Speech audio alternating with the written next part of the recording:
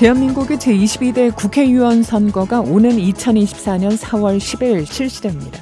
어제 오후 KBS로 방문한 시카고 총영사관 우창호 재외선거관과 자세한 등록 및 투표 절차, 방법 등에 대한 이야기를 나눠봤습니다. 시카고로 계속 성소도시로 유지할지 여부를 묻는 투표를 둘러싼 논란이 격화되고 있는데요. 어제 열린 시카고시 의회 관련 회의가 성소도시를 반대하는 주민들의 회의 점거로 중단됐습니다. 바이든 대통령이 내일 일리노이주 벨비데어에서 전미 자동차 노조 위원장과 만나 스텔란티스가 폐쇄하려던 자동차 공장을 재가동할 계획을 강조할 것으로 보입니다. 시카고 한인회와 시카고 총영사관이 공동으로 한인 밀집 지역 경찰서로 방문해 점심을 제공합니다. 대상 지역은 글랜비와 놀스브룩, 윌링 등 세 곳을 관할한 경찰서입니다. 오늘 아침 시카고 매그니피션트 마일에 위치한 루비통 매장에 또 매장 침입 사건이 발생했는데요. 불과 2주 새 두 번째 강도 사건입니다. 미 정부가 환율 관찰 대상국에서 7년여 만에 처음으로 한국을 제외시켰는데요. 재무부는 올해 하반기 환율 보고서에서 한국과 스위스로 관찰 대상국에서 제외하고 베트남과 중국 등 6개 국가를 지정했습니다. 미국에서 매독에 걸린 채 태어난 신생아 수가 급증한 것으로 나타났습니다. 민주당이 낙태 문제가 쟁점으로 등장한 주민투표와 주의회 선거에서 승리를 거뒀습니다. 30년 가까이 파킨슨병을 앓아온 환자가 스위스에서 척수에 전기자극을 전달하는 장치를 이식받은 뒤 스스로 걷는데 성공했습니다. 미국인들의 카드빚이 사상 최대를 기록했으며 연체율도 덩달아 높아지고 있다고 팍스 비즈니스가 보도했습니다. 내년 대통령 선거의 향방을 결정할 6개 경합주에서 민주당과 공화당에 속하지 않은 제3후보가 뛰어들 경우 판세가 바뀌는 것으로 나타났습니다. 최근에 발표된 새로운 조사에 따르면 미국인 중에 약 40%가 현재의 인류는 하나님에 의해 창조됐으며 진화를 경험하지 않았다고 믿는 것으로 나타났습니다. 이상 오늘의 주요 뉴스입니다.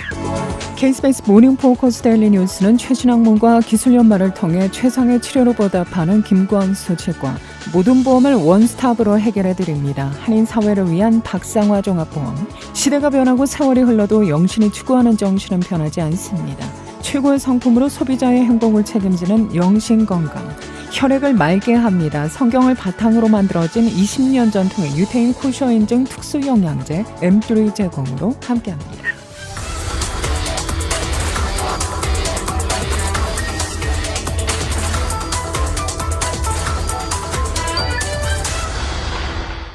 여러분 안녕하십니까? 11월 8일 수요일 오늘의 첫 소식입니다. 대한민국의 제22대 국회의원 선거가 오는 2024년 4월 10일 실시됩니다. 어제 오후 KBS를 방문한 시카고 총영사관 우창호 재외선거관과 자세한 등록 및 투표 절차, 방법 등에 대한 이야기를 나눠봤습니다. 시카고 총영사관 관할 지역에는 공고안을 포함해 총 4곳의 투표소가 설치돼 운영되는데요. 투표소 설치 장소와 운영 기간은 내년 3월 21일까지 재외선거관리위원회가 유권자 수를 고려해 추후 공지하게 됩니다. 투표소 설치 장소와 관련해서는 가장 중요한 것은 재외 국민들의 동포수, 선거 관리 환경 여러 가지 이런 점을 이렇게 종합적으로 이렇게 고려를 해서 내년 3월 21일까지 재외선거관리위원회에서 결정하도록 되어 있습니다. 재외선거권자는 한국 주민등록 여부에 따라 국외 부재자와 재외선거인으로 나뉘는데요. 국외 부재자 신고 대상은 대한민국 국민으로서 대한민국에 주민등록이 되어 있는 18세 이상의 영주권자, 상사, 주재원, 유학생, 여행자 등이 주로 해당되며 재외선거인 등록 신청 대상은 대한민국 국민으로서 대한민국에 주민등록이 되어 있지 않은 18세 이상의 영주권자로 외국에서 투표하려는 사람에 해당됩니다. 우영사에 따르면 재외선거인의 경우에는 지난 제20대 대통령 선거 재외선거인 명부에 등재되었다면 별도의 등록 신청 없이 이번 선거에 투표할 수 있는데요. 본인이 재외선거인 명부에 등재되어 있는지 여부를 확인하고 싶다면 중앙선거관리위원회 홈페이지를 방문하면 됩니다. 지난 대통령 선거에서 재외선거인으로 등록이 되어 있다고 하면은 이번에는 등록 신청을 할 필요가 없습니다. 왜냐하면은 이제 영구 명부제라고 해서 별도로 이렇게 신청 확정을 할 수 없고, 다만 우리 이제 재외 국민분들께서 재외 선거인이 등록이 되어 있는지 여부에 대해서 궁금할 수도 있습니다. 이 부분은 중앙선거관리위원회 홈페이지를 통해서 본인이 재선거인으로 등록되어 있는지 여부를 이렇게 직접 확인할 수가 있습니다. 이때는 이름, 생년월일, 여권번호 등 기본적인 인적사항을 홈페이지에 직접 이렇게 놓으면은 재선거인 등록 여부를 간편하게 확인하실 수 있습니다. 신고 신청 등록은 이달 12일부터 2024년 2월 10일까지 3개월간 진행되는데요. 국외 부재자 신고와 재외 선거인 등록 방법에 대해 물었습니다. 우선 ova.nec.go.kr 간편한 인터넷 등록을 최우선 권장했는데요. 인터넷이 어렵다면 공고안을 직접 방문하거나 순회 영사, 이메일 우편 발송 등을 안내합니다. 또한 유효한 여권 번호와 접수 확인증 발송 및 각종 안내를 위한 용도의 본인 명의 이메일이 있어야 합니다. 중앙선거관리위원회 홈페이지를 통해서 인터넷으로 간편하고 빠르게 할 수 있습니다. 또한 신고 신청서를 직접 작성을 하셔서 우편으로 공간으로 보내주셔도 되고요. 신고 신청서를 스캔하셔서 전자우편으로도 발송하셔도 됩니다. 그리고 공간에서 직접 신고 신청서를 작성하실 수도 있습니다. 신고 신청을 하기 위해서는 기본적인 인적사항이 필요합니다. 성명, 생년월일, 주민번호, 여권번호 필요하다고 이렇게 보시면 되겠습니다. 또한 재외 선거인 명부 등에 등재됐으나 재외 투표소에서 투표를 하지 않고 귀국한 재외 선거인은 귀국 투표도 가능합니다. 귀국 투표의 신고 기간 및 방법에 대한 안내입니다. 신고 기간은 내년 4월 2일부터 10일까지고요. 그리고 신고 방법은 두 가지로 구분돼서 말씀을 드리겠습니다. 국외 부재자 같은 경우에는 인터넷 또는 관할 구시군 선거관리위원회에서 서면으로 신고를 할 수 있습니다. 재외 선거인 같은 경우에는 관할 구시군 선거관리위원회에 직접 가셔서 국적 확인 서류 원본을 지참하셔서 신고를 하실 수 있습니다.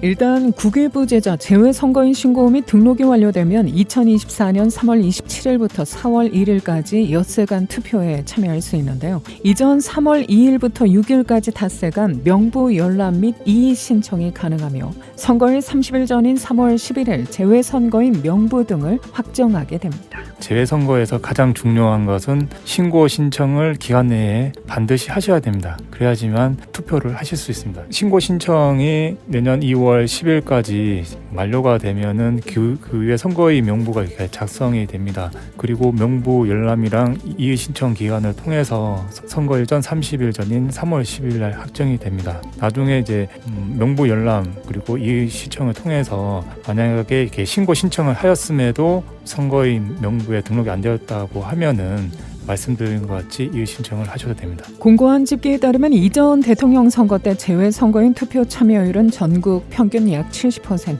시카고는 67%로 비교적 저조한 가운데 역대 국회의원 재외 선거가 평균 40%로 대통령 선거보다 현격히 떨어진다는 점을 감안하면 보다 적극적이고 효과적인 홍보가 중요해 보이는데요. 우영사는 라디오, 신문, 온라인 등 다양한 매체를 활용한 투표 참여 홍보 활동을 더욱 강화하는 한편 재외 유권자의 소중한 뜻이 정확하게 반영될 수 있도록 안정적인 선거 관리에 최선을 다할 것이라고 밝혔습니다. 다만 이전에 국회의원 선거를 보면은 46% 정도의 투표율을 이렇게 보였습니다. 상대적으로 대통령 선거에 비해서 국회의원 선거는 투표율이 상대적으로 떨어집니다. 지금까지 재외선거가 7번째 이렇게 실시가 되었습니다. 재외선거가 보다 안정적으로 개청착되기 위해서는 재국민분들의 적극적인 투표 참여가 중요하다고 생각합니다. 이러한 부분들이 재동포 사회가 발전할 수 있는 미끄럼도 된다고 생각이 됩니다. 앞으로 제22대 국회의원 선거를 앞두고 우리 재국민들의 적극적인 협조와 참여를 부탁드리겠습니다. 지난 대통령 선거에서는 공고안을 비롯해 한울종합복지관 북부사무소와 인디애나폴리스, 디트로이트, 콜롬비아 세 도시의 투표소가 설치돼 재외선거가 진행됐는데요. 이번 국회의원 선거 관련 투표소와 운영기간 등은 3월 21일 이후에 최종 확정돼 공지될 예정입니다. 한편 재외선관위는 재외투표소 설치와 투표 관리, 재외선거 홍보와 선거 범죄 예방 단속 등의 업무를 처리하며 내년 5월 10일까지 7개월간 운영됩니다. 아울러 이달 12일부터 내년 2월 10일까지인 신고 신청 기간에 매주 금요일, 토요일, 일요일 시카고시 근교의 한인마트와 종교시설에서 순회 접수를 실시 도우미를 모집 중인데요. 근무 시간은 하루 8시간 기준 $132의 급여가 지급될 예정입니다. 관련한 보다 자세한 정보는 시카고 총영사관 312-822-9485로 연락하시면 됩니다.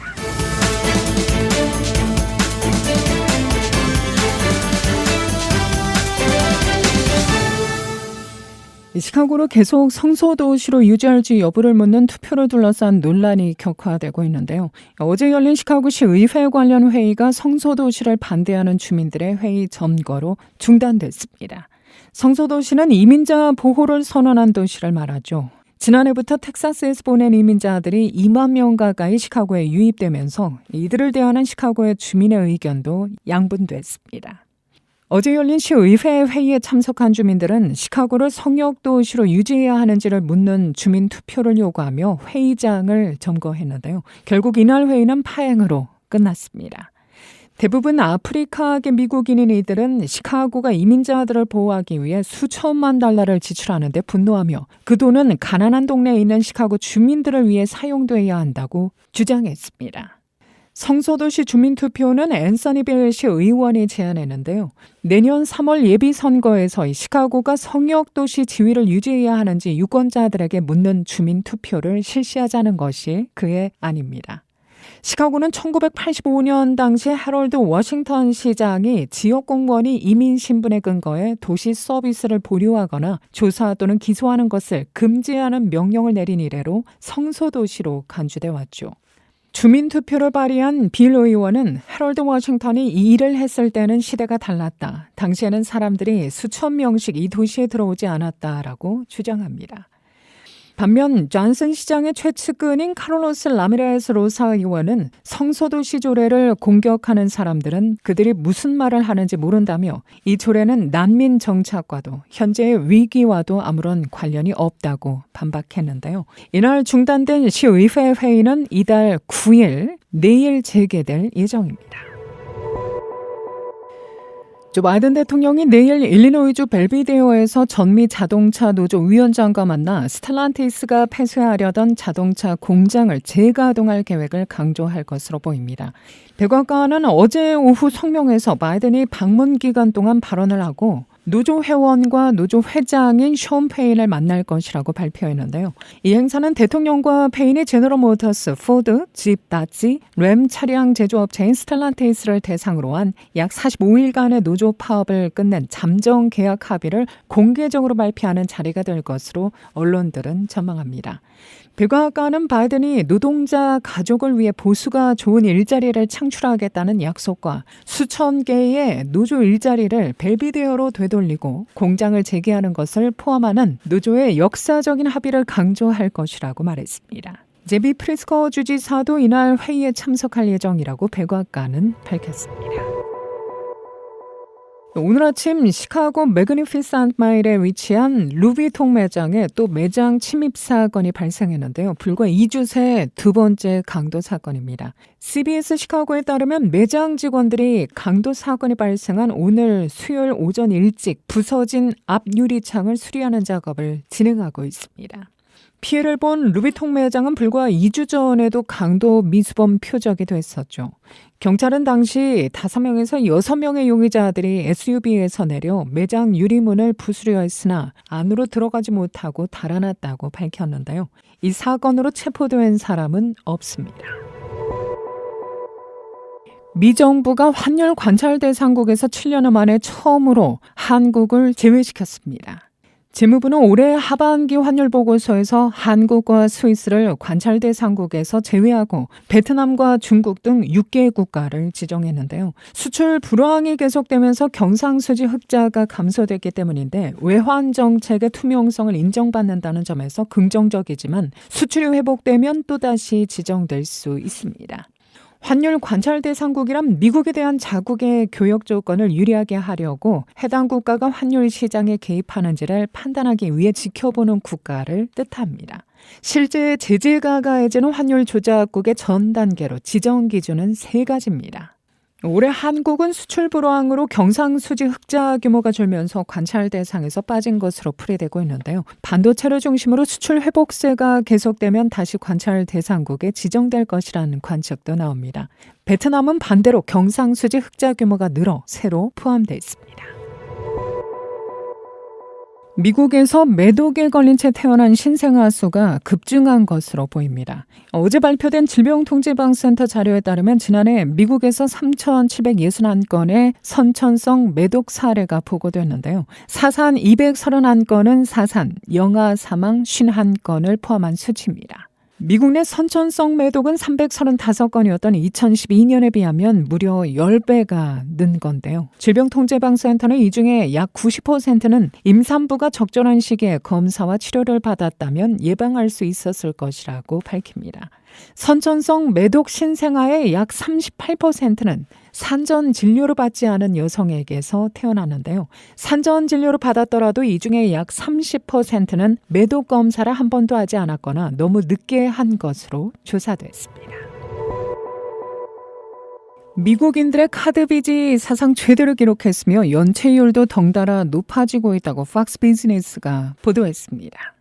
뉴욕 연방준비은행의 보고서에 따르면 미국인들이 일상적인 지출을 충당하기 위해 갈수록 신용카드 대출 의존도가 높아지면서 카드 빚 규모가 9월 말 현재 사상 최대치를 기록했는데요. 3분기 총 신용카드 부채는 전분기 대비 4.6% 늘어난 1조 800억 달러로 집계됩니다. 이는 8년 연속 증가한 것으로 연준이 2003년 관련 집계를 시작한 이래 최대 수준입니다. 30년 가까이 파킨슨병을 앓아온 환자가 스위스에서 척수에 전기 자극을 전달하는 장치를 이식받은 뒤 스스로 걷는 데 성공했습니다. 어제 로이터 통신은 전날 국제학술지 네이처의학의 스위스 로전 연방기술연구소에 이 같은 연구 결과가 게재됐다고 보도했는데요. 프랑스 보르도에 사는 마르크 코티에는 20여 년 전 신경퇴행성 질환인 파킨슨병을 진단받은 후 보행 능력을 상실해 주로 집안에서만 생활했습니다. 건축가였던 그는 하루에 6번씩 넘어지곤 했다며 어쩔 수 없이 일을 그만둬야 했다고 토로했는데요. 앞서 뇌에 깊숙이 전기자극 장치를 이식하는 뇌신부 자극술까지 받았지만 효과가 없었습니다. 그러다 2년 전 로전 대학병원에서 척수에 전기자극을 가해 신경을 활성화하는 신경보철을 이식받았는데요. 연구진은 코티에의 발과 다리에 센서를 부착해 그의 보행 패턴을 분석하고 개인화된 해부학적 지도를 완성한 겁니다. 이를 통해 전기자극이 정확한 위치에 전달할 수 있도록 한 거죠. 그 결과 코티에는 더 이상 넘어지지 않고 자연스럽게 걸을 수 있게 됐으며 효과는 지금까지 지속되고 있는데요. 하지만 해당 치료법이 파킨슨병을 앓고 있는 다른 환자들에게도 효과가 있을지는 불확실합니다. 이에 따라 연구진은 내년에 6명의 환자를 대상으로 추가 임상 시험을 실시할 계획입니다. 최근에 발표된 새로운 조사에 따르면 미국인 중에 약 40%가 현재의 인류는 하나님에 의해 창조되었으며 진화를 경험하지 않았다고 믿는 것으로 나타났습니다. 크리스천 포스트에 따르면 서버대학과 USA 투데이의 조사 결과 응답자의 24.3%는 인류는 현재의 형태로 진화했다. 그러나 하나님께서 이 과정을 지시하셨다고 믿는다고 답합니다. 응답자의 28.6%만이 인류는 현재의 형태로 진화했다고 답변했는데요. 이는 하나님께서 인간을 오늘날의 형태로 창조하셨다고 한 36.9%보다 약 10% 적었습니다. 또 미국인의 절반 이상은 어느 정도 진화론을 받아들이지만 61.2%는 하나님께서 오늘날 인류의 형태에 부분적 또는 전적으로 개입하셨다고 믿는 것으로 나타났습니다. 날씨입니다. 오늘 오전 약간의 빗방울 보이는 지역도 있었는데요. 정오쯤 잠시 소강 상태 보이다 오후 들어서 다시 40에서 최대 90%의 찬스로 소나기 소식 전해집니다. 종일 대체로 흐리겠고요. 목요일은 내일 다시 맑게 개이기 시작해 주말까지 대체로 맑은 날씨 계속 이어질 전망입니다. 이 시각 기온은 50도, 습도는 77%, 바람은 동풍이 6마일의 속도로 불고 있습니다. 이상으로 데일리 뉴스를 마칩니다. 진행의 김수현이었습니다. 오늘도 하나님의 큰 위로와 축복이 함께하기를 소망합니다.